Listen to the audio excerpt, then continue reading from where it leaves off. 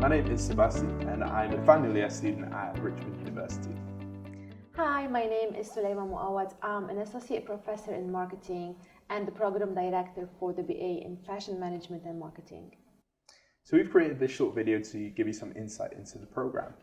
There's going to be a few contact details at the end of the video that you can get in contact with any questions you may have, but I really hope that you enjoy this video. So what is this degree really about?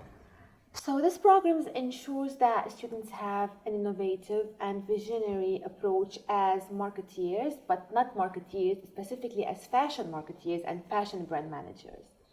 The academic teaching methods support our mission to develop students' creative and analytical skills to stand out in a competitive marketplace, especially in the fashion industry. Graduate will acquire transferable leadership, teamwork skills, communication skills as well, which they will help them progress in their career.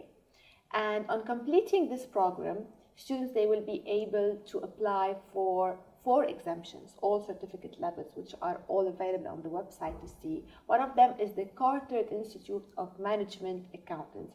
And now we are currently working on the accreditation from the Carter Institute of Marketing, which is very, very important, and this will benefit all fashion students. So let's dive a bit deeper here. What are some of the classes or modules that we'll take? So there are a range of courses specifically developed for the fashion marketing and management program. I will talk about 2 important ones, one from year 1 and one from year 2. So we have the foundation of the business of fashion. This is taken in year 1.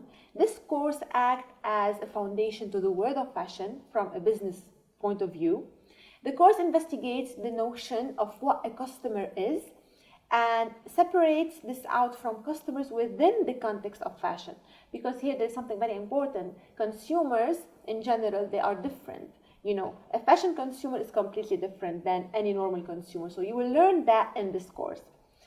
This course further investigates issues of whether the market segmentation, positioning, and targeting are important, and how is this done in the fashion industry as well.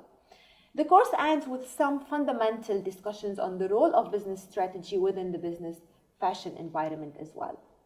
Another important course taken in second year is the history of fashion. This course analyzes the history of fashion from a sociological perspective, covering the period from the beginning of the modern period to the present. Relationships between dress, fashion, class, political power, identity, and gender are investigated.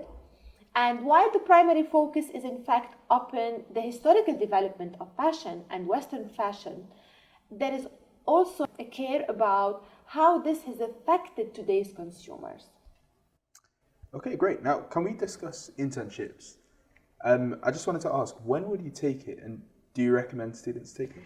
Internships are taken in the final year and last semester, and definitely we recommend taking that actually, because it will teach you the practical side of fashion. Yeah. And most of our students get internships in fashion companies such as Marucci, such as Stella McCartney. I had several students who did internships there and who were there recruited after that as full-time employees. It's really cool.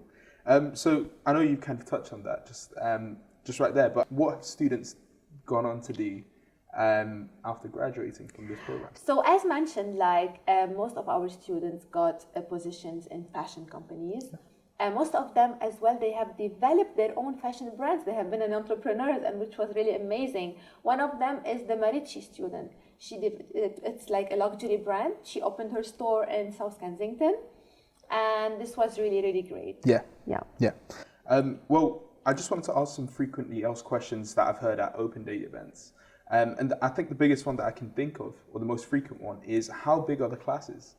As you know, Richmond University is a small university, so classes are as well small. We have a maximum of 30 students per class. Sometimes we have even less, 20 students. And this is honestly a great advantage. Why? Because this will allow the instructor to focus with students, to give each one his time, unlike, bigger classroom. Yeah. So tell me about years 3 and 4. So in the first 2 years, the courses are a bit more general. However, you will notice that in year 3 and year 4, you learn a bit more, you dig more into the passion work. We have a range of courses in fashion, such as fashion marketing and retail, psychology of fashion and luxury goods. And I would like to mention here that these courses are extremely important because they will teach you about the fashion consumer, how consumers feel toward fashion brands. So these are very, very interesting. There is also like ethical fashion and sustainability. As you know now, sustainability is booming, specifically in the fashion industry. So this is an extremely interesting course. There is also fashion product and development. And one thing to mention that in year 4, you have to take the senior project in marketing. And most of the fashion students, they choose topics on fashion brands or the fashion industry, which will allow them, in fact, to apply all what they have learned in their senior project. That's really insightful. I just also wanted to ask how these classes are actually assessed. So we have very recently developed and implemented as well a new assessment map, specifically for the fashion program. What we did is actually we created more creative assessment. For example, one of the courses like the luxury brand management, we ask students to visit the museum of brands, and to choose one luxury brand and develop a reflective report about it.